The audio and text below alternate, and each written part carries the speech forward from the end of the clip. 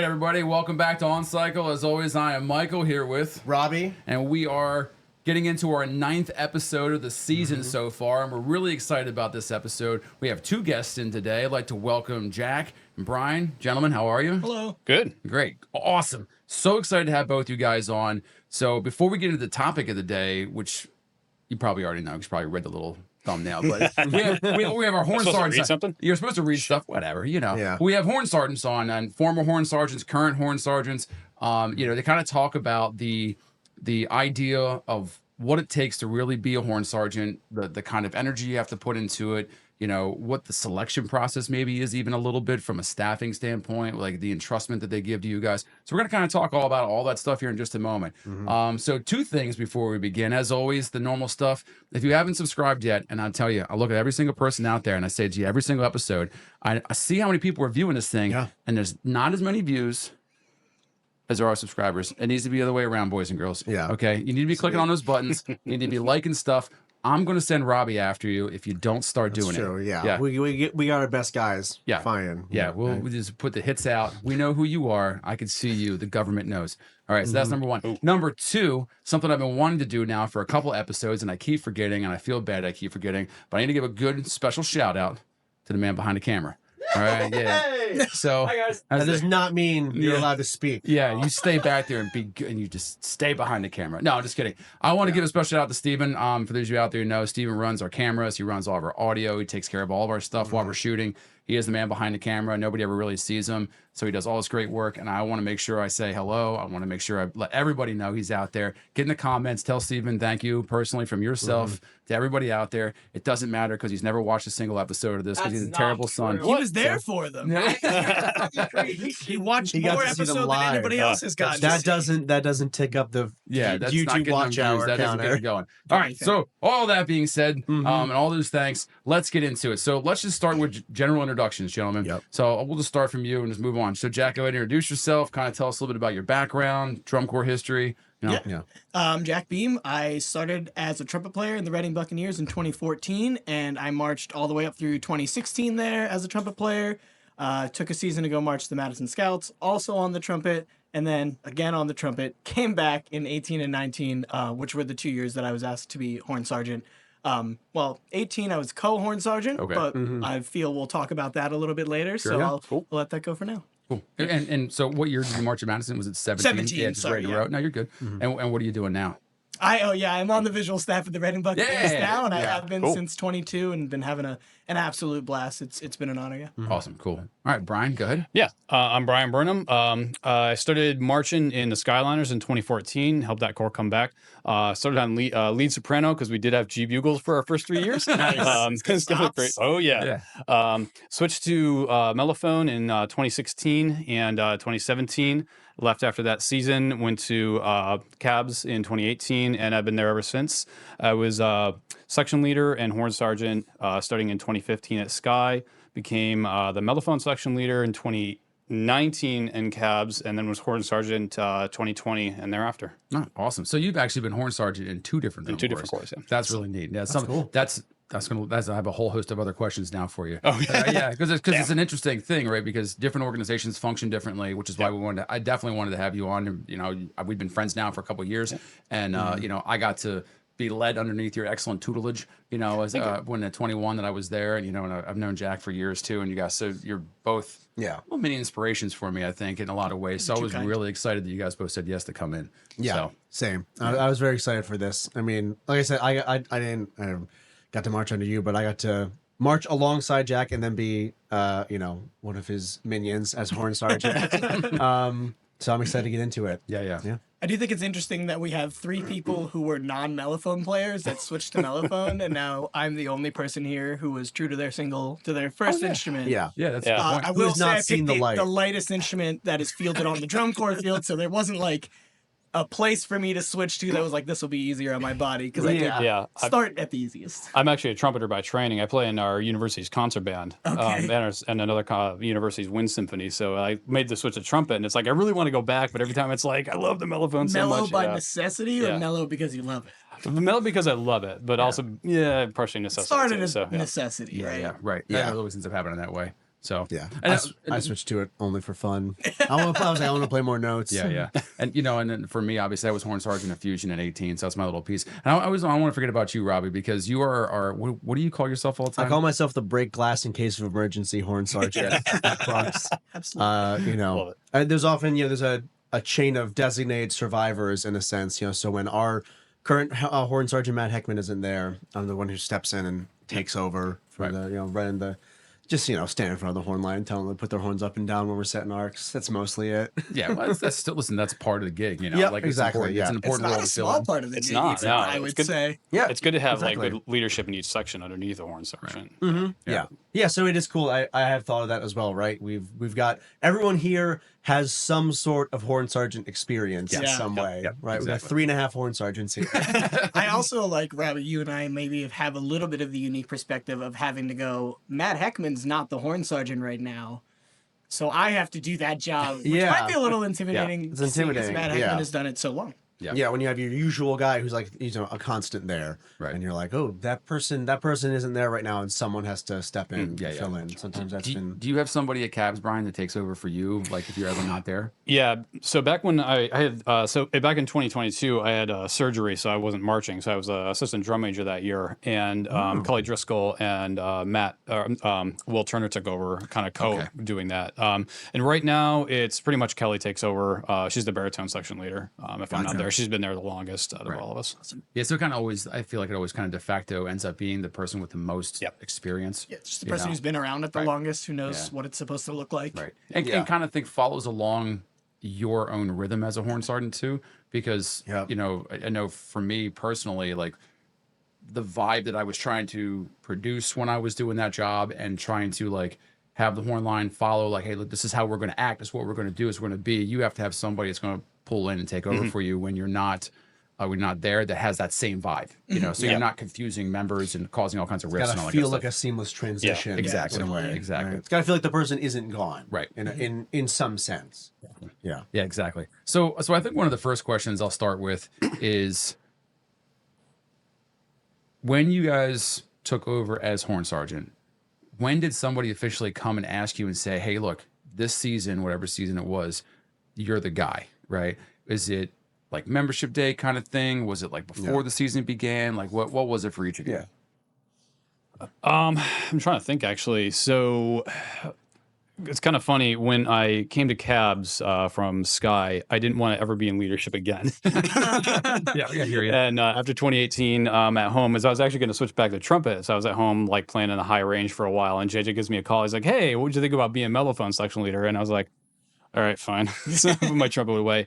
But after that, when JJ asked me to be Horn Sergeant in 2020, I believe it was before the season started, and he really just called up and asked if I would be interested in doing that. And then I was made Horn Sergeant at that point. Now, this current year, we're trying to organize a little bit more. We actually have like an audition process. So whoever's interested in any level of leadership. Oh, that's good. And I think this is also in the percussion, if I'm not mistaken. They fill out a huge questionnaire, like, what would you do in this scenario? What would you do in this scenario? What's your previous experience? And then they select the different section leaders and the sergeant. Right. It's interesting. Yeah. I find that interesting because we also at Bucks just this year kind of I don't know, like what's the term I'm looking for? Like Solidified the process. solidified or like more. legitimized. Not legitimized. Legitimized makes it seem like it's Like like illegitimate. board. But like we made it more of a process, right? The whole like leadership The thing. shift, There. I think, is more from like, oh, we had this person in mind who would be a good leader, to now kind of opening like, who would want to be the person to put themselves out there to become the leader if they want to be, and then kind of having that pool of people. Yeah, to pick. Right. So it's still the staff picking, but it's like it's more of like a just anyone who wants more to. Just like open. we want to hear from everyone. Yeah. Because you never know when someone might and surprise you never us. know what kind of talent you can find out there Exactly, from young leaders or anything else too. You know? Yeah, and our new trumpet section leader this year, we had no idea that he would want to do it. So It's exactly, yeah. So it's exactly Exactly. fun. That's what. That's yeah, what. he's me kicking ass at it. Yeah. Oh, I'm sorry. Can I swear? Yeah. Okay. Yeah, just keep it. Keep it just yeah, yeah. PG-13. PG-13. We're gonna Yeah, put a PG loud beep yeah. in there. Yeah, PG-13, so you get one F-bomb. No, just kidding. There, save it. So Jack, what about you? Like, when did your process start? Like, when did they What was tell the you? first like step of that? Yeah, it was definitely a little different. In 2018, I came back from Madison, and I was like, very into drum corps. Right. Lydia had just been asked to be on staff that year, which was super exciting. I knew that I wanted to be marching that year, and as I was getting through, I think it was throughout the winter, like the early winter, I started to reach out to the brass staff, I think more, just because those are the people I knew more or was more comfortable talking to, despite Lydia being on the other staff, but she was new as well. Sure. So, and so I ended up reaching out to them and saying like, hey, I'm very interested in some leadership, being the trumpet section leader would be something I'd be very interested in doing. And, I remember getting the message from Victor. He messaged me and was like, yeah, Jack, we'd be very interested in having you as the trumpet section leader. And then at the end of that text, he put, but also ... And then I just remember sitting and watching the 3 dots of him typing for so long, being like, what could possibly Be the also. Right. And they basically what they said was, we want to have somebody who is a co-horn sergeant alongside Matt Heckman, who had been the horn sergeant that I said corn sergeant. Horn sergeant there since 2013, 12 or 13. Yeah, somewhere in that I area. gotta get my Heckman lawyer. 13, definitely not 12. He was Not 12 because he wasn't No, there. hold on. Was it? Is that the year he marched Glassman? 14? He was He the was at horn Glassman sergeant when I 12. started marching drum corps in Was he 2014. already the horn sergeant by the time? Like he had already been there? No, I don't. It's think hard to remember. He had. I was about to say. I feel like he started in. So. We have to check the 14. hieroglyphics and see how far back it goes. But regardless, right? He had been in the position for a while. A long and time, He was sergeant. also at the time in the membership manager position, I believe, still, which. As you can imagine, takes a ton of time to be a marching member, the horn sergeant, and also the membership manager. Yeah. Especially it would take time away from his time that he could be in rehearsal even. Right? Exactly. Like, So I think the idea was both to kind of cover both of those responsibilities, but also to kind of get somebody in the role who can learn from that. Yeah. Which I did a ton. 2018, I feel like I spent all that season just learning how to do it and being lucky that he was right there. Yeah. And then in 19, I was the horn sergeant. The again. guy, right? But, Right. yeah. So Singular. you knew from 18, like 18's over, finals were done. Somebody's like, yeah, you're going to be the guy next year. So you kind of had a little bit of a ramp up. I think for it was towards the end of the season. I forget exactly when we decided the 19, but I knew that I was going to be marching in 19, that I wanted to be marching in 19, and I knew that if they would have me back, I would do the horn sergeant again. So somewhere in there, I'm sure we decided that we're all on board for that. So. Right. Yeah, it was. Yeah, and it was kind of the same for me. Like, the great John Herbert Malloy, reached out to me and he was like, "Hey, Mike, do you want to come back next year?" Because I was like a whole filler at Fusion. Like that was just what I was doing at the time. And at 17, and him and I know each other, and he reached out to me. It was like, I don't know, maybe September, October time, early October. He's like, I got this plan. And I'm not sure if you ever talked to John. John's a talker. And he just was like, go. He's like, I want you to do this. And I was like, I'm on board, man, if you want to do it. So I kind of like got so we really sat down and, I don't think the Fusion Corps was in a transition at that point necessarily. I wouldn't call it a transition, but it was more of they were trying to refine a new identity a little bit. And I think he really wanted to bring something. And so we sat down, we talked for hours before that. Before membership day, and it was like, this is the vibe that we want. This is what we're going with. It's a little bit of a change from people, especially when we have new horn sergeants come in, and this is what we wanted to do. And so I had a nice, an idea of how I wanted to do things. A lot of talking, a lot of those things. So that was my curiosity from the two of you. Was you kind of moved in almost outside from a different corps, kind of came in. So is there a conversation with the staff that happens from either one of you that goes like, we want you to do this, or from you going, hey, I want to do this? Do you guys have any input into that at all? It's a little bit of both, actually. So I know when I took over from Colmel was the Horn Sergeant. Oh, before okay, me. yeah. Go Q. Go Q. I really just learned from him what he'd been doing in the past, like how to set arcs, how to make sure we got circles going, like asking him a lot of questions about, okay, so what do I have to, like finding out what I have to do, make sure the brass is in the right place at the right time, reminding them that their horns are clean. But yeah, a lot of what I've been expected to do is the staff tells me to ask the horns to get certain things done, whether it's just cleaning horns, whether it's reminding them to do assignments, but also it's also me telling the staff I'd like them to do certain things. Here's how I'd like to do things. That's so it's a little bit of both. Yeah, so you have a little bit of feedback. Yeah. Okay. It's kind of the same for you. Yeah, I mean, a lot of the learning how to horn sergeant for me obviously was very unique because I had the horn sergeant with me at the time. I think that's really cool, actually. Yeah. It was a really, really incredible way to learn how to do it for sure. There were times that I was like almost worried myself, like, am I leaning too much on Matt and what he knows? But it's a tool that we had there, and somebody with the experience, it was great to learn from. But yeah, a lot of it was, it's kind of what you did, right?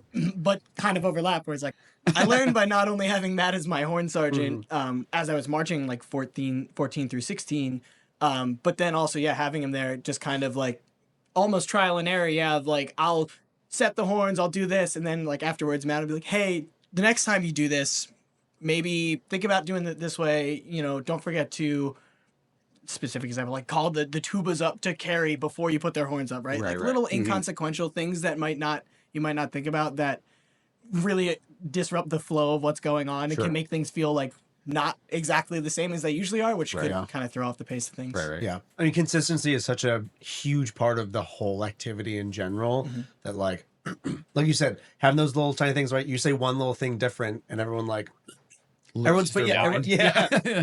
or is, just thrown off very slightly because they're like, oh, wait, that used to, even if they don't consciously recognize, things are a little different, which can be a good thing or it can, disrupt the flow a little bit. Yeah, I find that too. Like, and I'm sure you guys see it too. When things are hot and heavy, like this time of season, right? When everything's just going and going and going, and you make minor mistakes or, like you said, inconsistencies in the way that you're introducing information or what you're asking of the members, it tends to cause them a significant amount of stress. And it's the last thing that you want to do, obviously, Certainly, And so then you end up doing all that. So it's kind of like the stress of the horn start. I know I felt that at least when I was doing it. There was a specific day that I remember where it was, I think we were at Exeter High School behind the field doing whatever, and someone on the brass staff came up to me and they're like, hey, why is the horn line not arced up right now? And I looked at my watch and it was like 1 minute past when we were supposed to be arced up.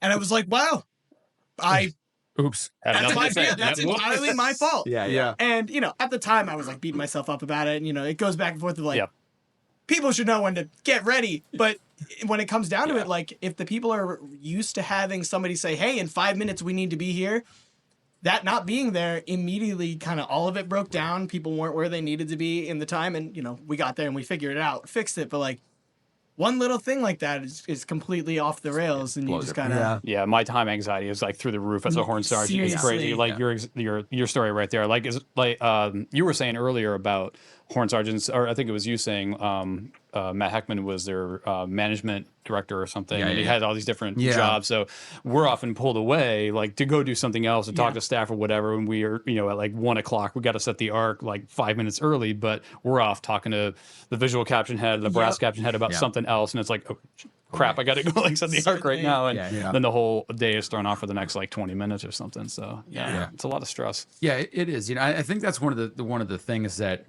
we talk about this, right? And obviously the podcast is to put out information maybe that newer members or even older members who've never done these jobs before really stop to think about how much work goes into these things, how many phone calls during the week that we're taking, and I always say this. What do we say? Always we call ourselves middle management. We're the worst middle management job ever. Exactly. Because you're still a paying member. You're Yep. still paying full tuition. You're The just like responsibilities are all you're still just like there. any other your own stuff. Yep, your own thing you're doing. Yeah. You're just like any other 16, 17, 18, 20-year-old kid who just wants to have a good time because you're paying to do drum corps because you love it. But you also have all these other responsibilities that staff are asking for you. And then not just that, but the things that you want to do too. Because you want to have a great organization. That's the only, I won't say it's the only reason to take over as a Horn Sergeant, but at least for me, I was like, I want to be great if I'm going to do this. I'm putting my name on it. I want to do that. Let's make something special. Let's make something good.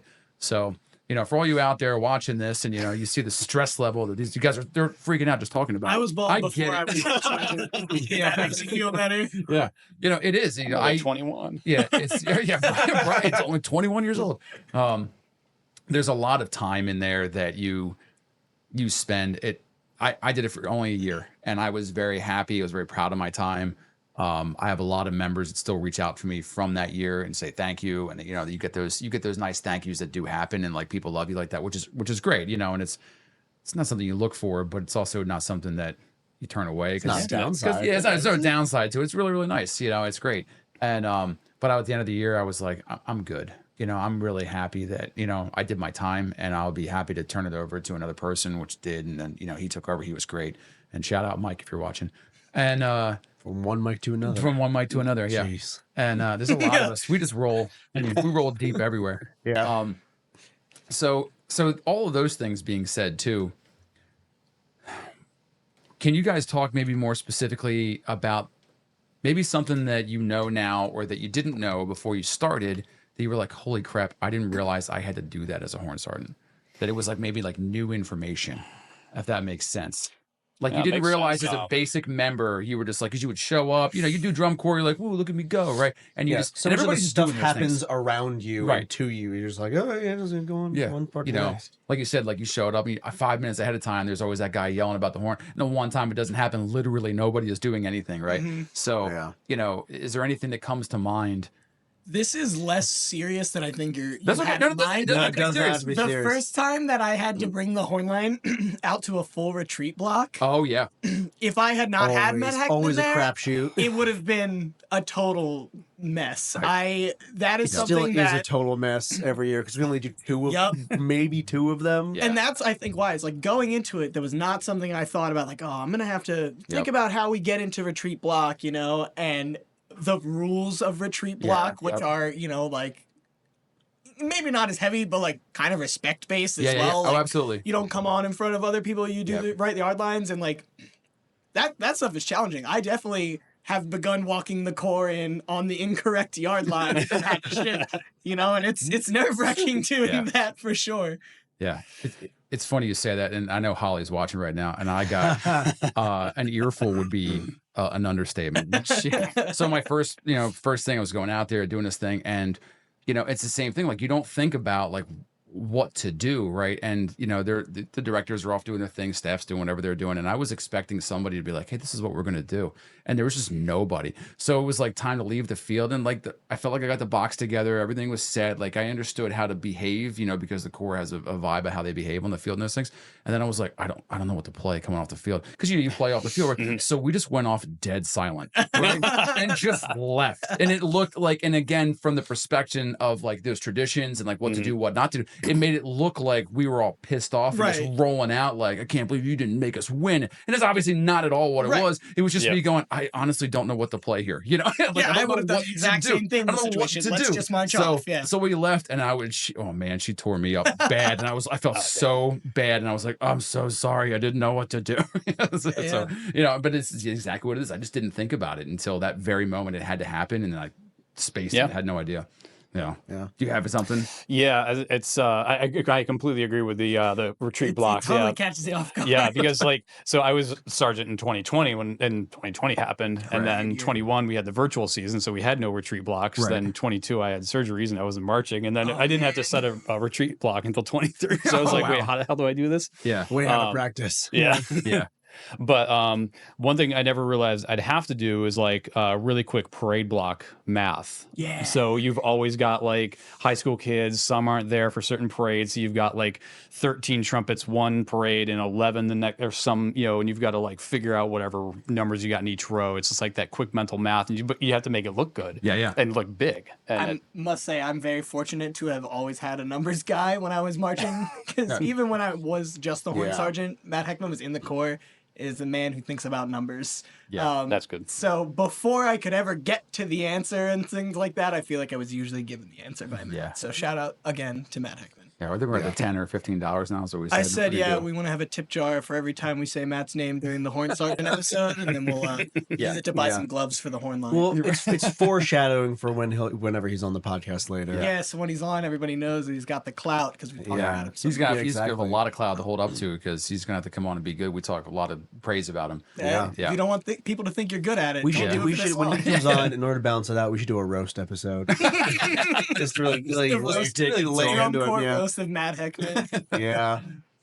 Yeah, and you know what? It's Brian. You absolutely read like the numbers thing and like trying to. I think you said something before the numbers part. It's the who's here, who's not here. Yeah. Right. And for all you out there watching that somehow still can't figure out how to communicate. If you're a young member, this is a learning process for you. If you're in your mid-20s, the 30s, and you still can't let people know you're not going to be around for something and communicate that, shame on you. Yeah, because it's a huge stress. And I'll say from the You have to know perspective those of things. somebody who's responsible for other people, not only is it like we want to know if you're going to be at rehearsal or not, but the people who are responsible for you also want to know that you're safe. Yeah. So Yeah, if you're absolutely. supposed to be Exactly in it. a place, Yeah. let them know that you're not going to be there so that they're not worried that you're like in a ditch somewhere. Yeah, right. Exactly. Yeah, Exactly. You know, because that makes things so hard. Yeah. You know. And like at all the different staffs that I marched across, this holds pretty true throughout. Like, even if it's anything about communication, this is still a little soapbox segment Okay, to go. continue on, right? Continue. All the little things with communication, right? Whether it's an absence or whether or not it's something about a video assignment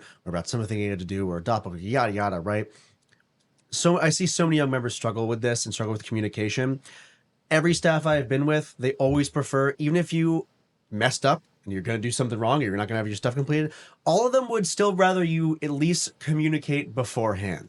Literally all of them. I know it's like scary because you don't want to like text them on a Thursday and be like, I messed up or I'm not going to have this done or I'm going to be here, yada, yada. But it is always preferable, right? Yeah. And it's a lesson that like pretty much all of us have had to learn coming into Drum Corps. Like, absolutely. it's just always better to communicate even when it feels like it's going to be worse up front. Yeah, and that never changes. I'm 41 years old. I'm still terrified to tell somebody I didn't do something. Yeah, you know? it sucks. It Yeah, sucks. You don't want to let people down. Like you always it's- feel bad. Yeah. Yeah, exactly. You know, so Yeah. Well, especially honestly, if anything, I think it's super scary your first year. It gets a little easier. The longer you go, I think the more stressful it gets because you're like, I'm one of the guys. Like people are looking to the super vets a little bit to be like, how are we supposed to be acting, right? If we don't have our stuff together, if leadership or longtime members don't have their stuff together, it's it's a little extra. I remember one night in the 22 season, it was like the first Friday night we had like these shirts that we got that we were supposed to have, and for some reason I read through the update and just missed that we were supposed to have these shirts and I didn't have them, and I was so mad at myself because I'm like, I have been here for so long and I'm the medal section leader, I'm this and that, and like I don't have my stuff that I'm supposed to have, right? I was doubly disappointed in myself because of how long I had been there, Yeah, and I think that's another thing too. That's maybe move on to like the next part of this whole thing is the emotional presence that you have to have as a Horn Sergeant, right? And again, this is a kind of a DCI all age kind of specific thing. Like Brian and I, you're what, 40, 45. 45? Okay, so you're we're pretty close in age, and we're at a different point in life than high school kids, obviously, right? And we have a different emotional level and different process to things. We come from a different generation, of people. So managing, really the 20 to 30 years worth of people and generations is so difficult because for one person, when you have guys like Josh, hey Josh Cass, what's up, buddy? Who's in his 50s, you don't talk to him the same way you talk to a 16-year-old kid. It's his first year. Yeah. When Josh is in his 42nd year or whatever the hell he's in now, which is not a lie. It's pretty close Back to in his 40. day, they didn't have a 50. Yeah, right. Yeah, there was no 50-yard line. Yeah, exactly. So if anybody out there who's watching is a DCI, just a DCI vet, right? You're dealing with members are all 21 to 18. You're basically all went to high school at the same time. You have all the same feel, all the same, you know, the pool, like everything's about the same because you're in that age group. For us, it's such a different monster because we want to be a certain way, but we can't, right? I can't go out there and just be, you know, 1980s Mike and just start, you know, beating people in the face because, you know, we don't communicate that way anymore. It's a different time, different place, right? So do you guys, and the question is how, I don't want to say how difficult it has been, but what's the challenge that you've maybe experienced or that maybe some way you've overcome that in your time as Horn Sergeants, like to deal with those things? Gotta go. Sure. Yeah. Yeah. I mean, like you think about kind of managing the vibe and the emotions and like just the general like stress level of the people on the field. I feel like, you know, sometimes it's not as daunting because like I feel like it's when you're feeling good and when you feel in control, you feel like you can be like, hey, everybody, we got this. You know, we can do what we need to do. Once, you know, you as yourself start to, you know, get tired throughout the day or you're getting frustrated about something or things just aren't working out for you that day because you're a lead player, but you haven't been and you're cracking notes all day long. Yeah, you're getting in your own head, right? Like that's where the difficulty really comes in because then someone in the horn line does something little that we're not supposed to be doing, like not being at standby. And there's just the switch in your head is no longer clearly just like, hey, set the good example, go to standby. Your brain is telling you, you got to tell that person they got to be at standby. Right. You know, and you maybe that's where you start to kind of lose the like the thought of how everybody else is feeling, right? Is because now you're caught up in your own feelings. So then taking time to check in during your day and be like, okay, but regardless of how I'm feeling, what are we doing? How's everything going? Right. You know, like, what are the responsibilities still? Yeah. Which is always a challenge. Right. Yeah, you really have to monitor your stress and monitor how frustrated you can get throughout the day. Because especially like what you were saying, like if you're fracking notes all day, if you're just having a bad day, like this past Sunday, I was just having a bad day for whatever reason. My knee was killing me, and yeah, I was wearing a knee sleeve all weekend. It was our first time on pavement, and it was just not. I was not having it that day. Tough. Losing beach memories. Yeah. But you still have to maintain kind of that presence of being the leader and show that you're in control of everything. So others know who to look up to and who to go for questions and not seem like an ogre or someone that they don't want to come to with their problems. So yeah, you really have to monitor that stress, and that's really the hard part throughout the day. Yeah. But what you think your question kind of was, how do we deal with that wide age range of individuals? Yeah, that's part of it, you know, like because you are dealing with, again, when you're dealing with people, you're probably, at least for me, I know when I dealt with senior members, people who are older than me, well, I was at Fusion, there was nobody older than me, but when I was dealing with older people in the Corps versus the really young people, and even older in veteran status, you know, people have been there 5 or 6 years versus rookies, you know, there's a different conversation that you have with people to kind of put them back in place. So that's the question. Yeah, like, so what I started doing before the season and kind of realizing that the younger kids who are coming up, especially now that we're DCI all ages, we have a lot, I don't know how Reading is, but we have a lot of younger members this year, not like college age, like high schoolers. So, Right. So I really thought about, okay, I can't really go out and say like, all right, if we screw up, we're doing push-ups immediately. I've only like said push-ups are coming, a warning of that once this year. Right. And that's kind of got everyone on board. Shups. That'd be good. Shups? I kind of want to know what this is. No, that's just push-ups. Yeah. It's a term Okay. for push-ups when you're on the field. Nice. It's just, yeah. So Shups. we lost the tick axe, so we don't have that anymore. Oh, yeah. Yeah, that was left in The what? Rochester. The tick axe. The tick axe. It was a big axe that we had, and if you were a tick, we just be We like, hit you time with to hit you. It was awesome. So That's great. It got left in Rochester last year. Oh, So yeah, I man. got out of the car and I was like, "Where the hell's the tick axe?" Like, It died in TCA. Yeah. It may be killed DC. Yeah. Yeah. But yeah, prior to the season, I really started thinking about the younger kids that we're going to have and how we're going to deal with those. Because I'm a college professor, so for those of you who don't know, so I'm kind of used to dealing with 18, 19-year-old kids. So I really thought about, okay, what are their needs going to be? What are the needs of these younger kids coming up through the COVID years? And they're going to need someone to really not be in their face all the time because they haven't experienced things like that. Right. So I found myself really kind of retrained and rethought about how I have to approach people in general. And I've been doing that with pretty much everyone now. And it seems to, and what's nice is that, and I don't think this is because of I'm doing that, but the vibe at Cabs this year has been much looser than it has been in the past, in a good way. It's much more chill, it's much more laid back, but we're still getting a lot done.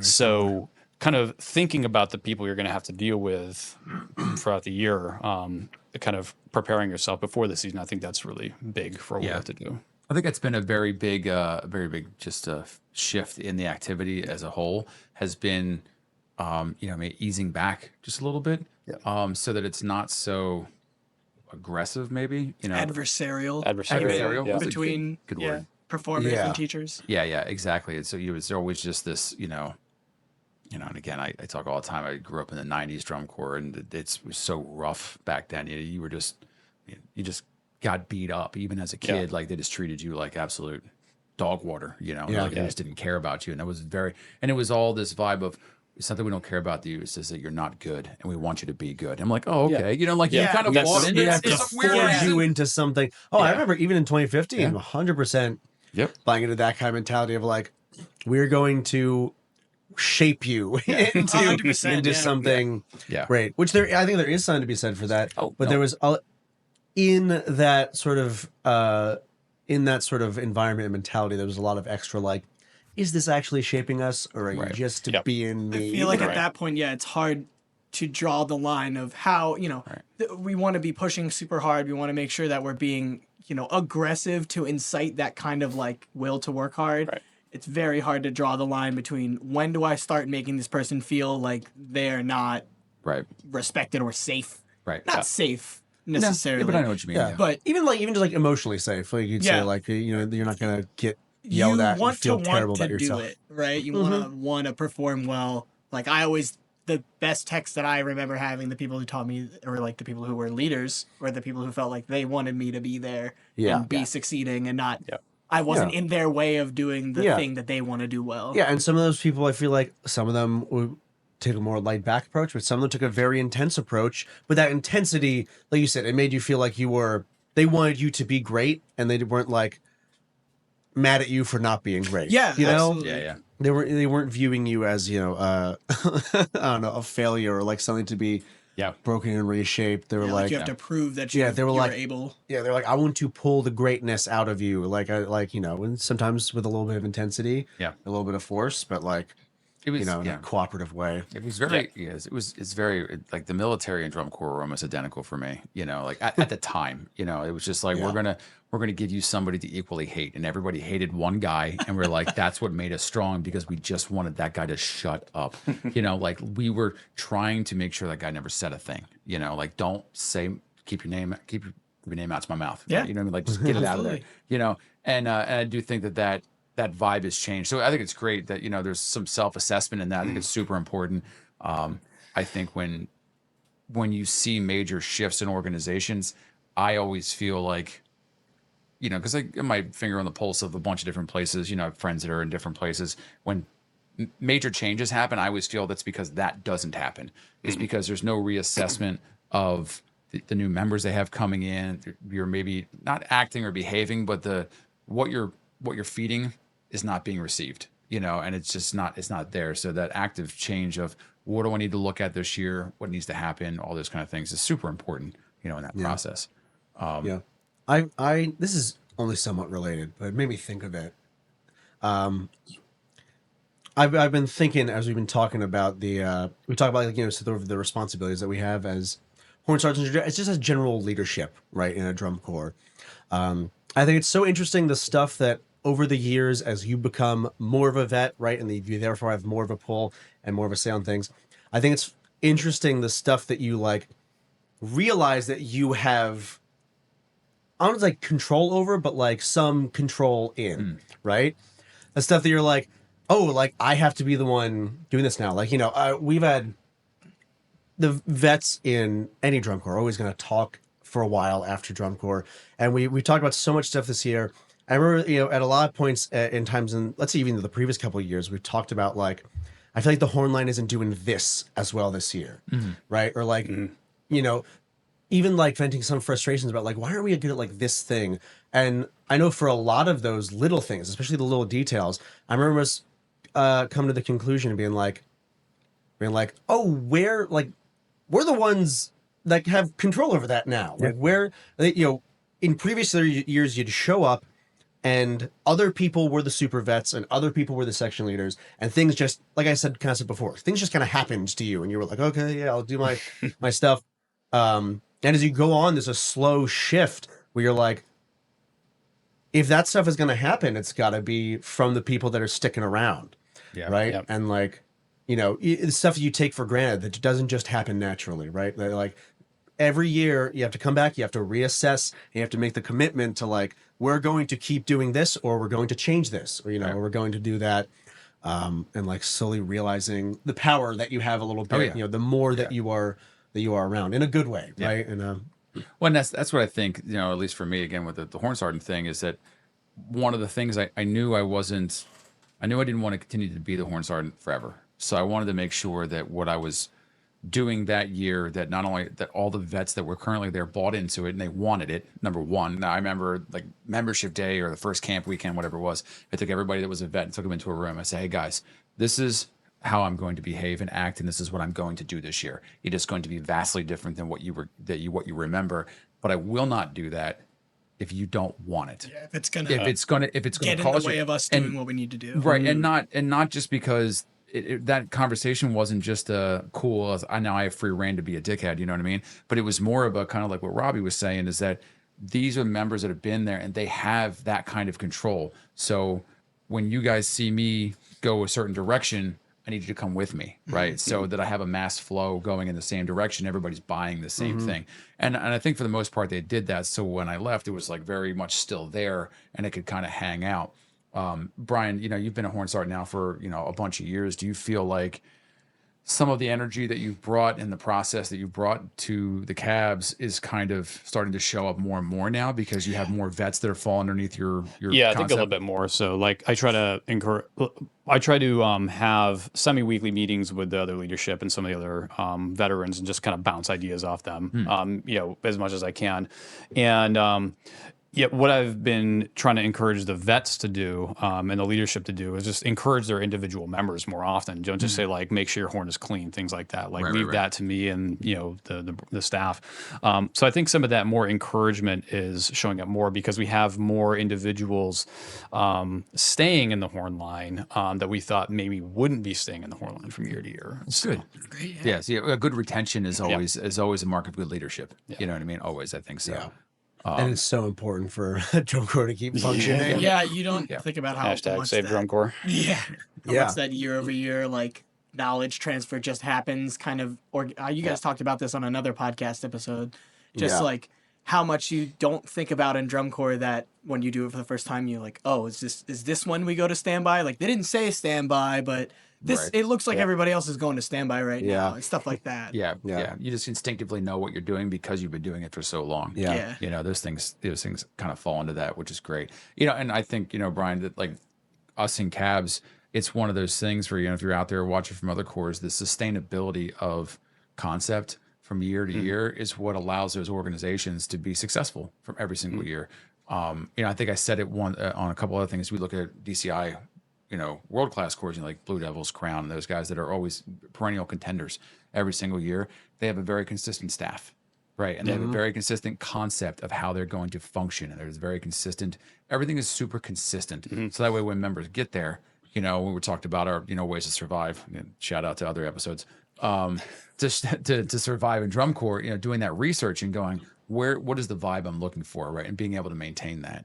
And that comes, I think personally, at least in the horn line, comes directly from the Horn Sargeant in a DCI all age organization, because the staff, they have some say in that too. There's a vibe that comes out of them and what they expect and all that stuff too. But everywhere I've always been, it's always been us leading the members. When I say us, leading the way in that concept, because we just have more time, and the face-to-face with the members as well. I mean, like you're there, you're the one involved in the activity that's happening. All of the hardships you are also directly involved in. Oh yeah. It's not your staff member coming in like, I know it's hot out here, guys. I know you're marching 200. Like, that's great to hear, but shut up. And it does help to hear. It does help to hear. But when your Horn Sargeant is standing in front of you, and shout out to my Horn Sargeant in 2017. This is the thing I'm thinking about. His name is Nick Putnam. Perfect. We used to do a warm down after every show. after every run through, like immediately follow the run through. Horns down, run to the end zone, put your horn up, and play low tones until the person conducting you puts their arms down again. Okay. And he was a mellophone player.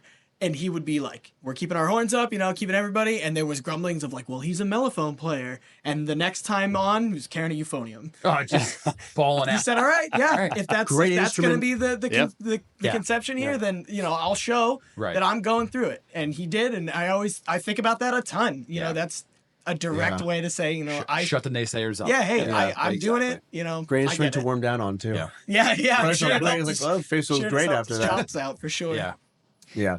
Yeah. I feel like I do that, especially like since I've marched baritone. Yeah. Anytime I'm like saying something about keeping horns up or something like that, and some of the baritones, it's always a joke. It's always one of the vet baritones giving me a joke. I'm like, give me that thing right now. Yeah. I'll show Yeah. you. Yeah. Bring it on. I say it all the time. Like, I played tuba for a decade. I'm like, you guys will be okay. Don't worry. I've been there. I always say Not baritone me. I always use it as fodder to be like, trumpets, nobody else is holding an instrument that's heavier than you. Yeah. So we can't, that's a good route to take. I we used to can't take. quite. I had this big fat mouthpiece. It was an old Con Hellenberg, but we used to call it the can because it was shaped like a soup can. And it was literally heavier than the trumpet. So we would give it to trumpets and be like, "Here you go. That's heavy. This is what I'm playing on. It's just the mouthpiece. It weighs more than your horn." That's awesome. Yeah. Put them ankle weights on their bells. Or something Yeah, like that. exactly. Yeah. Just do something to kind of do that. And, Like, what was it baritones or trumpets recently had I think a video assignment where they had That was the baritones. baritones, in order to train horn holding, the baritones at Reading were asked to basically do a video assignment where they picked a drum corps show that they liked and they would put it on the background, just hold their horn up for the whole entire show. Well, the Yeah. tuba's a We very did something like awesome. that earlier. pizza parties that's a good is idea. what they call them in the Yeah. tuba section, which Yeah. is the same type deal. And I always hear about those every year. Yeah. Just I gotta did do it.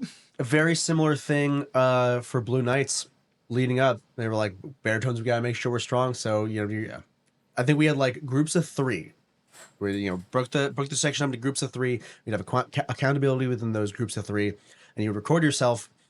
You could like play music in the background basically, and it was like pick like 3 or 4 songs, right? 12 minutes. Yeah. Yep. You're gonna hold your horn up the entire time. Yeah. Yep. Right, and then you're gonna send it to your group to your 3 people, and they're gonna verify that you actually did it. Right. That was painful, Yeah. but it was also helpful. Yep. I Trains you how to do the same thing. Like when tough through it. I go to the gym, I go, okay, I need to watch 3 drum corps shows while I'm running. I need to be able to run, no walking, just run 3 shows. That way I know I can do 3. At least I feel like physically I'm putting my body in stress mode for 3 shows. Yeah. So that I, 3 times harder than what you need. Yeah. Always. When I'm jogging, I'll actually get a couple of shows and just jog to the tempo. Yeah, yep. Which, during the ballot, it kind of sucks to do that. You're but- right. Yeah. For me, it was always the breathing. I would run to shows and I would yep, breathe yep. with whatever tempo I had. That's to. a great So like, technique. well, Yeah. I'm not going to be able to breathe whenever I want in the show. That's true, yeah. So I'll set, Yeah. rules. It's in for 4, out for 4 every time here. And if I need more, Yeah. breathe more in those 4 counts. Yeah, I remember that was a fun piece of advice that a guy that is now our baritone tech, Michael Wright, one of our Vish guys. A fun piece of advice he would always give is run to a drum corps show, run to the tempo of it, and like breathe as if you're like breathing out for brass whenever like the brass is playing. Basically, Right. he would basically like play along to your show if you're doing that, right? If you're joining a DCI corps and you're conditioning preseason, you can't really maybe do that as well because you're still getting the music out. Right. But just pick a show, right? Pick a show that you like or that you know the horn line book to, and just like breathe out in and out with it, and like act as if like I have to keep breathing out, I have to keep playing, right? I have to balance my air and whatnot. Right. It's a great way to condition your body in the very weird and specific way, Yeah. at least a little closer to the weird and specific way that we have to put stress on it in drum corps. Yeah, I would do the same thing marching. I just put the treadmill down and try to like change the treadmill so that I could just march in time. And I would work on technique on a treadmill, to try to do that too, just because it's a whole different muscle group. It's not about breathing, but yeah, there's always little different little things out there. Do you guys? Did you spend time? I guess for you, spend time now, kind of pushing those concepts and ideas out to newer members.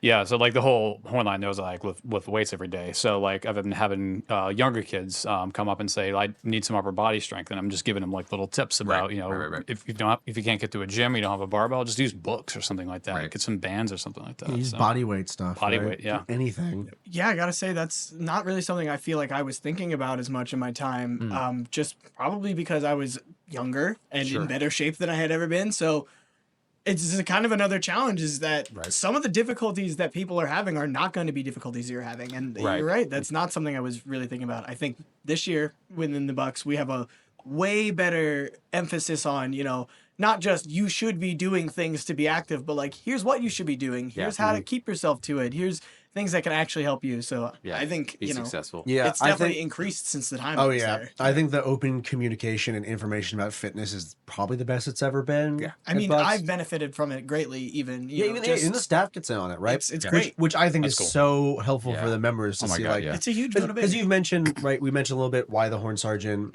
can tend to have a bit of a more of an influence on what kind of attitude and intensity the Horn line brings because they're going through the same hardships. So when we have a fitness channel at Bucks, right? That we share all of our a lot of our workouts in, and even if people aren't sharing in there, they get to see that, right? And they get to see like, oh, everyone's here. And sometimes staff members, I know you've done it.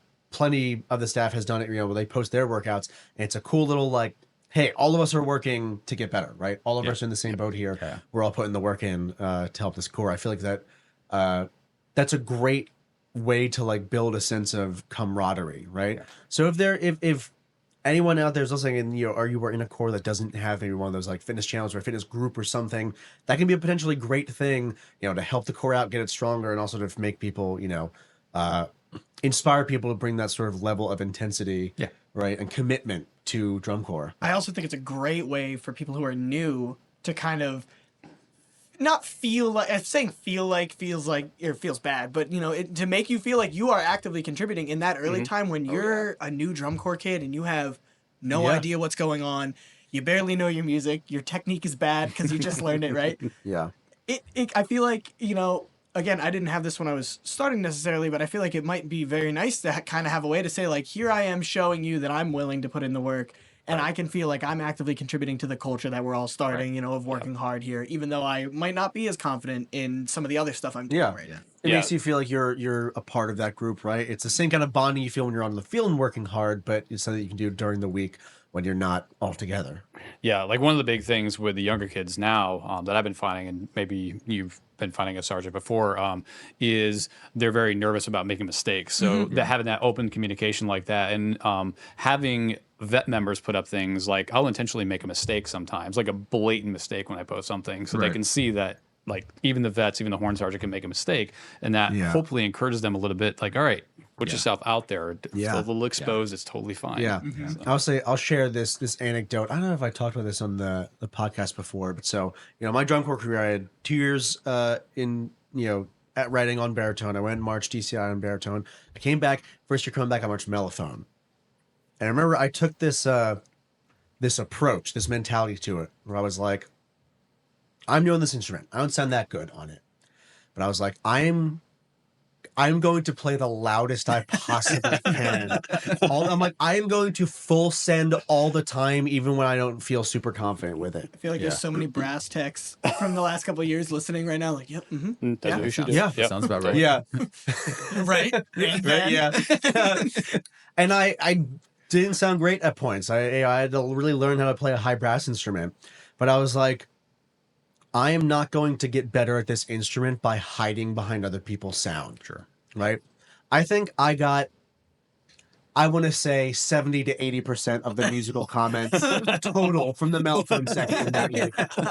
It was like a lot of like, hey, I need a little bit quieter, and they're like, Robbie, you did this. Or like, but it was great because I got so much feedback. Yeah. Right? Yep.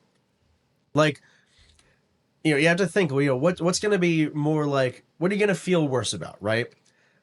That you got called out for a few mistakes, you got feedback for a few mistakes or for a few ways that you're playing and aren't that good, right? Because you're really going for it. Or you get to the end of the year and you're not as good as you could have been because you were hiding the whole season, right? Like, learning to overcome that and be like, just full send, just play out, just full commitment to what the staff is asking you to do, you will get so much better, right? You'll get called out way more, but like if you have a good staff, especially, right, it'll be constructive, right? Realize it's not a personal attack on you when you get called out like that, right? It's just the staff doing their job and wanting you to be better. And if you approach it being like, I'm going to give everything I can and I'm going to get better, like, that's how you're going to become, champion worthy. Yeah, and conversely, So- you have to be completely ready and open to receive feedback. Yeah. And probably, I don't want to say negative feedback, but feedback that you're not going to want to hear necessarily, Or especially when feedback you're. that you might not be in the mindset to hear at the moment. Exactly. It's always hard. Yeah, it's very It difficult, feels right? bad. I had plenty of critiques that I got in 2018 that was just like made me feel crappy because I was Yeah. like, I'm really trying here. I'm really working at it. I get them every year. Yeah. It's always like mellophones. We need more, not you. Not Yeah, they're like, yeah. I'm like, I'm giving it. We're not talking to you, Lark. And I'm like, okay, I got it. I'm sorry. Yeah. Because I was like, I take it as a personal attack when the mellophones as a whole are called out, and I was like, I have such tunnel vision for it. And I'm like, it's obviously my fault. Oh my god, I have to fix it. Yeah. And it's not. The hard part in drum corps too is that sometimes it is your fault. And you kind of Yeah, have you to. just don't know. You have to learn. Yeah. It's a skill that everybody gets and learns, and I feel like especially as a horn sergeant, like you kind of have to be told you're doing things wrong. Like, hey, you set the horn line up 5 minutes late. What's the deal? Yeah. Like you can't Yeah. do what I did at the time and spend the rest of the block being upset with yourself, right? Like you Yeah. have to You have to recover. move forward. You have to Constant self-evaluation, Make but a also like change. shedding that stuff off. Exactly, Like, really quick. Yeah. And we've talked about that so much on this podcast already, right? Is like being able to take those moments where you feel crappy because you're like, I messed up or I'm not good or I didn't do this right. Right. And having the wherewithal to like stop and be like, being mad and just turning inward on the field is not going to help me have that not happen again, right? Prevent that in the future. Right. Right. It's not going to help me get better. It's just going to make me feel crappy by the end of the day. Yeah. Right. And it's such a hard skill to actually learn and a hard thing to overcome. Yeah. It takes a lot of humility, to get Yeah. inward and do The that. thing that I found that was always helpful is kind of not letting yourself be the only one to deal with it in that moment. Like, hey man, I'm real frustrated right now. And it's Yeah. like, yeah. Yeah. And just having someone be like, yeah, man. Yeah, me too. Like, okay, Right. it's external to me for 1 second. And now I Right. can maybe take a second to be like, okay, I'm frustrated. Yeah. You're frustrated. What do I got to Yeah. do? I think those pep talks, and I always say this all the time, they're the exact same words, but depending on the person that it comes from, means totally different things. If the staff comes up to me and says, guys, look, I know it's 200 and it's hot, and I'm like, you can go. Who would yourself. say And I'm that? like, okay, great. I'm like, yeah, we know, man. Thanks. But when your horn sergeant comes up to you, or somebody in your section leader, and gets everybody together and goes, because they're out there getting pushed in too. You're like, okay, you're right. He or she is feeling it with me. We can bind together and we can create, we can get better together. And that's just where we're going to focus our energy on. Yeah. Versus, when somebody comes up and goes, we know it's hard, guys. You just have to. And I'm like, everybody's like, we're going to bind energy together. We're going to go attack that guy, because I don't want to hear that. Like, it's so Yeah. bad sometimes, Certainly, yeah. which, like, is all part of the thing. Like, and it's the other thing too. Like, I'm never mad at you or anybody I else mean, for saying things like that. Because you have to. Like, Yeah, that's how many just part of times what- have I heard that and been frustrated? But yeah, as a staff member, You you're not gotta going to say it. stand up there and say like Yeah. nothing about it being so difficult. Good job. either, Good job about being bad, guys. Keep Yeah, doing that. No, you don't have to exactly. say that. So Yeah. it's a constant. Yeah. Yeah. And also it those is. deliveries, it's so much of it comes down to delivery on that end. Like I remember there was a lot of moments where like our mellophone tech this year would be like, we'd be an ensemble. It's like a tall grass field. We're marching our 200.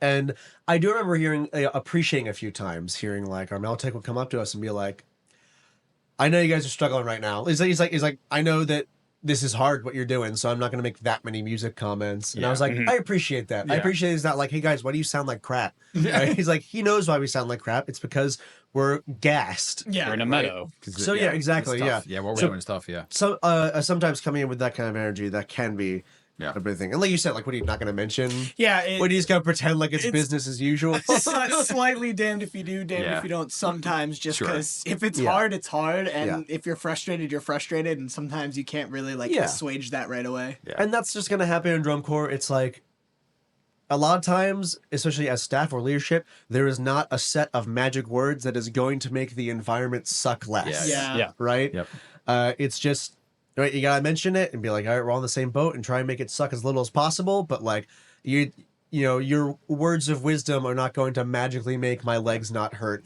marching through this grass. In terms of like, again, kind of the middle management idea as a horn sergeant. Yep. How hard is it to like we said, be on the field and be part of that like team that's like, God, sucks right now and it's so hard to be able to absorb, because they're all coming to you. Like all the members coming to you and go, look, you need to say something. You have to do something, right? And then conversely, because you're the middle management, you're also dealing with the staff people, and the staff people are coming down to you and going, why aren't your people any better? So you're dealing with this weird, like very, very middle position. What are your, I guess, your personal preferences on handling that? Would you rather go to the Horn line and go, guys, this is what the staff's asking of us, and put the, I won't say the pressure onto them, or maybe push back on the staff and go, hey, you guys need to fix your stuff over here, you know, because that's a hard place to be. And I think the Horn Sergeant really is the only person who ever really gets put in that position in the entire drum corps. Maybe the drum major occasionally. Drum majors usually do it. Yeah, but the drum majors, like I say this all the time, my flappy arm friends out there, you guys are standing on a podium. Like, it's a tough job, but you're not running around getting beat up in the way that you are. Like, it's a little bit of a different physical demand. It's a very different. It's a different set. It's a different place, right? Like our drum major stuff. It's a totally different thing. Yes. Exactly. Our drum major has to deal with, in drum majors in general, have to deal with like running the entire block, right? Exactly. That we don't have to do, right? Not Even exactly like our drum majors are painting fields in the morning and stuff like that. You know, like things that you wouldn't think about as well. Yeah, they do a lot of it's stuff. A different skill set. So again, the question is, which way would you rather push, or is it dependent? Like, I don't know, your thoughts. It's really dependent on the situation. So like if it's something like some real bullshit that needs to go up to the staff, then I'll immediately okay to go to the staff and say, look, you know, we can't do this because, like you were saying, like on a really high grass field, like we can't move props because our wheels are this tall and the grass is this high. Yeah, like, right. Why are we doing this? Yeah. And we've got a whole horn line of pissed off members now because this will not work. Right. But, you know, if it's where the staff is kind of like, why aren't people showing up to rehearsals? Why aren't they communicating like you were talking about earlier? I have no problem getting on their cases. Or I try to make it like more... I don't like singling individuals out unless it's really, really necessary. But I'll try to like say, like, you need to communicate if you're not going to be there. Or if it's a hot day and we're just really gassed and stuff like that, I'll just go to the staff and say, look, can we just have a minute or two, just reapply some sunscreen and just take a break for a minute. But if it's a regular day and people are just not pulling their weight, then I'll kind of say, all right, guys, we pull them in and say, we really are all into this together. And how good do we want to be at the end of the year? We need to push through this. It's really more mental at this point. It's not something that's physically hurting us. Right, so, right. Yeah. I But mean, situation dependent. I would totally agree. Yeah, that's really what it is. Like, I feel like there was not a lot of time in my time as Horn Sergeant where I felt like I had to say, like, this is really something that's affecting the line's ability to do what we need to do. But yeah, I feel like if there was ever that sort of push, that would kind of come to the staff. But a lot of my focus was definitely, you know, what are we as members responsible for, and making sure that we're doing that. Yeah. I feel like so often the Horn Sergeant is like almost like the connective tissue between like staff and membership, right? Because you're the, I suppose you'd say, like highest ranking member in terms of like, I mean, you've been picked as like the person, right, to be. To be a leader there, so you act as sort of like a checkpoint between the two, almost, right? Where like, you know, you judge both sides and be like, okay, we as a horn line aren't pulling our weight, and there's no reason why we shouldn't be, right? And then you can pull them in that direction. Whereas, you know, if there is something that the horn line's experiencing that the staff either didn't consider or did just like missed or is like pushing too hard, you know, they picked you as the leader, right? So when you step up and you're like, this thing is wrong, and or like you're like, you know, this is something that we're dealing with, and we should consider that, right?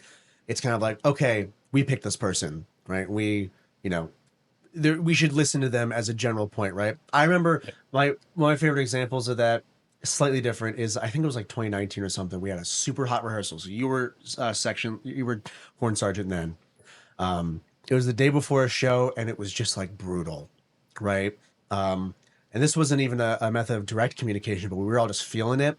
I remember I was sitting next to you, and we were just like on the fence, and you were like, I had like ice on your head or something, and you was like dying. I do remember this. And our drum major like walked by and looked at you and didn't say anything. Just like walked up and like walked over to his staff, and she was like, Jack Beam is like dying right now, and he's our horn sergeant. Like, he is putting in the work. He was like, she used you as a checkpoint, right? And she was like, Jack is not half-assing it, you know? He's pulling his the weight. person we trust, to say, if I'm able to do this, I'll be doing it. Yeah. Yep. And like, and he's gonna do it because we asked him, because we asked him to. He's gonna try it, but she was like, "We can't do a full run."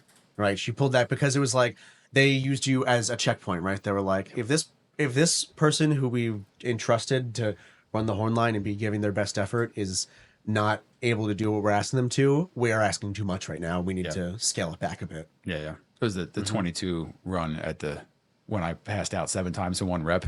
That was great. The one that we still did. Wasn't that? I remember you guys, I think you guys were like mad that we did that run. Was that I can't remember. Was it the real one? You were kind of like, I just remember seeing Chris Halleck, like we were in a long rep, whatever it was like a 2 or 3 minute section. And I was literally like blacking out, and I was like, I catch myself and I keep going. I'm like, we're still going. Yeah. And like, I remember watching staff members like come down the field, and they were like, I know, I think he's going to be okay. And then I'll be like, and I get back. And then finally, like I go off the sideline and somebody caught me, and they were like, Paul was like, if Mike can't do this, I think we need to take a couple minutes off. Yeah. Yeah. I was like, yeah, dude. Yeah. So, but you do like, and that's what you're supposed to do. You're supposed to use your stronger members, typically your horn sergeant, right, to gauge the overall sense of how things are going, right? So it's always a big. Kind of inversely too, you have the horn sergeant who can be that kind of checkpoint even when they're not being perceived like that, right? When everything needs to get done and everybody is trying to get everything crammed in, and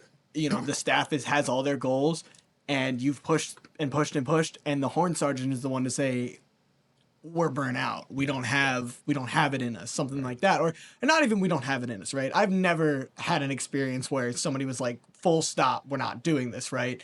It's kind of like hey, I think we're going to need something to get from here to there, right? Yeah. If we want to achieve this, it's current way a we're heads gonna up, do it. right? Yeah, like usually, it would have to, lines of communication would have to break down fully before it'll be like, we have to stop right now. Yeah, exactly. We have to push the big red button or something. Yeah. So hey guys, one of the things I haven't asked you yet, is there anything specific that, because we were talking about this, we've been talking about you guys coming in the last couple of days or weeks. Is there anything specific that you felt like you wanted to share or say, or maybe even just, expand upon as a horn sergeant, like, just your own personal thoughts that, you want to talk about right now, or kind of go over anything we haven't talked about yet? Yeah. Anything like that you've been mulling over, because we told you, it was going to be a section, an episode about sort of leadership, like topics that you thought of that we haven't touched on yet. I think we touched on this a little bit just a few minutes ago. We're kind of like the barometer, but we're kind of that middle level management. And I think one of the hardest things that I've found is that mid-level communication going both ways. So you have to make sure you're communicating what the staff wants as quickly and as efficiently as possible, which is always not easy. Yeah.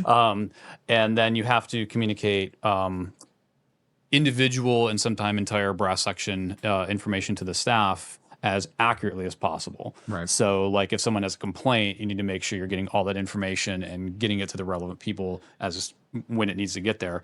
But you also have to kind of gauge the information, and is it something that really needs to be brought up, like they're having a real problem with another member or a staff member, or is it just someone complaining? And admittedly those complaints usually just stop there, because you're also the complaint department. So is it just someone It's whining? certainly, So that two-way communication is probably the hardest part of the job, I think. Okay. So, yeah, for me, I always thought, like, you probably get this from a lot of people who do drum corps. It's like, drum corps is the place where I can go to say, everything else doesn't matter. I'm doing what I need to do. And if I do that, I'm going to be successful here. I'm going to feel challenged. I'm going to feel, validated in my efforts because I'm working hard and I'm doing what I need to do. And then, like, it's kind of a shift to think, okay, yes, I'm doing everything I need to do. That's not quite the full responsibility now, though, right? I'm doing everything I need to do, and I also have to remember to use some of that mental energy to keep my eye on everything else. And it's not Terrible entirely for you anymore. it's not entirely your job, right? You have a leadership team for a reason, and also the people in the Corps are not brainless. They are people who are also giving it their all. But, just kind of keep checking in and not letting yourself be like, oh, this is my time to just check out, and do what I have to do. You know? And it's also kind of funny because every once in a while, like, you know, your caption head or whoever's like running block or something, be like, hey, why aren't you at set so and so? And you're like, the Horn Sergeant's like, yeah, God damn it, I missed there's that Yeah. pang of guilt. Yeah, it's like, where you I feel haven't thought guilty. about It's that in weird. forever. Yeah, feeling like, but there's getting no way I called could out have for seen something that. you haven't checked in on and figured out. Yeah, it's such a weird feeling. You're But like, yeah, oh, you I need to should've kind of done like, that, even but though you it's- need to kind of reserve that mental energy, like you're Yeah. talking about, to make sure, like, one, you're doing what you need to do because you're a member, like 99% of the time, and it's like that 1% you've got to, it's not easy. Yeah. But it's a good challenge. Like it's you do drum corps to be challenged, and it's just a new challenge, right? Yeah. You learn how to do drum corps by yourself, and then you learn how to do drum corps with your horn line. Right. If you had to give one piece of advice to somebody out there, younger members that are like wanting to take on this responsibility, have like the desire to go there, what would it be? I'd say give yourself a little bit of leeway in terms of what your responsibilities are. You are responsible to the other members of the drum corps. You're not responsible for the members of the drum corps. Yeah, that's good you advice. have a responsibility to give them the example.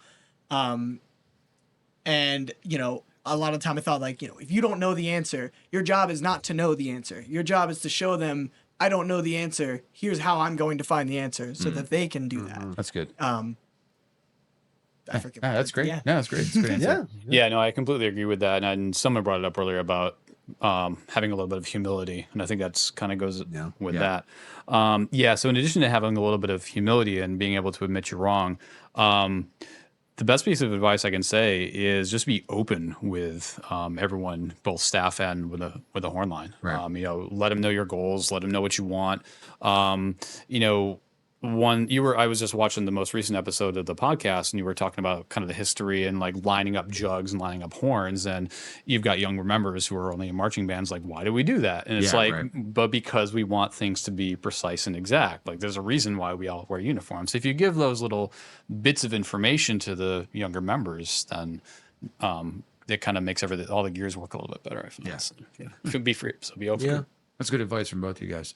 So, and that's good. And I kind of was hoping to kind of start wrapping things up a little bit as we move on. And you know, for all you out there watching the episode and getting all this great information, if you're trying to become a horn sergeant, if you're moving on to, you know, a DCI corps, or maybe that might be, you know, usually there's the vets that are there, you know, and you look at you have a couple of years you're planning on being out there someplace, and you're like, I want to do that job when I get there. You know, these are all good advices and good things. And if you've ever been in a corps where you couldn't stand your horn sergeant, you know, because I'm fortunate not to have to say that. yeah, I have, and you know, and I don't think I understood the level of stress that person was being asked to do from so many people. So I felt like I didn't give those people I was maybe a little, I don't want to say harsh on, but like it kind of looked at sideways a little bit. I didn't give them enough credit for what they were doing, you know, and how much they were really doing. So if you're out there in TV land and you're, you know, going through this episode and going, man, I wish I had these horn sergeants because these guys sound great. Your horn sergeant's probably pretty good too. He's probably a good person, or she is. And, you know, take a step back and really look at what they're doing and how much energy and efforts they're putting in, because it's a lot. You know, I do think it's between that and probably center snare and the, you know, your guard captain, your guard captains. They put so much extra energy into being great and being good, which is really why I wanted to highlight this episode and bring you guys on and talk about those things, because I don't think a lot of members really think about just the extra that goes into it. I will say, though, it is very cool. Oh, yeah, I feel it's like a we very talked cool a lot job. about the Yeah. challenges in this episode. I was thinking about this when we talked about the parade block. The first time I got to call the corps to parade rest in retreat, it's a little thing. It's very cool. I felt awesome. Like, it was very cool to watch the whole horn line snap to this because I said something. You know, like, it's fun. Yeah. It's a cool thing to do. So, and it's worth doing, and it's worth being in the position. Yeah. Oh, It's kind of funny you mentioned that, because I remember watching like DCI shows like back in the 90s and stuff, and it was actually the Madison Scouts, one of their guys lining up on the lines, like clapping them to attention. Yeah. And I just remember doing that, and I thought, oh, that must be a cool job, and then I got to do that. It one turns time. out So, it is. Yeah. Good job. Yeah. I remember the very first year, like in Horn Sergeant Matt Heckman, thinking like, I want to do that. Yeah. I want to do that. I want to be a Horn Sergeant at some point. Like even in the very first year, you know. And I think like similar to what you said, like we've talked a bit about how when there's small failings and stuff like etiquette or things that the horn sergeant kind of in charge of, you feel those failures or shortcomings in the horn line, twice as much because you feel like you're responsible. But on the flip side, when the horn line succeeds at something, when you push through and you have successes in the season, those horn line successes feel twice as fulfilling, Oh, yeah. right? Yeah. Because you were a bigger, more integral part of the process of getting everyone there, right? So it is. I feel like it is a duty that is equal parts like more challenging and more rewarding, right? It's high risk, high reward. Yep. I say this all the time. Fusion Corps had the highest scoring brass line they've ever had when I was there.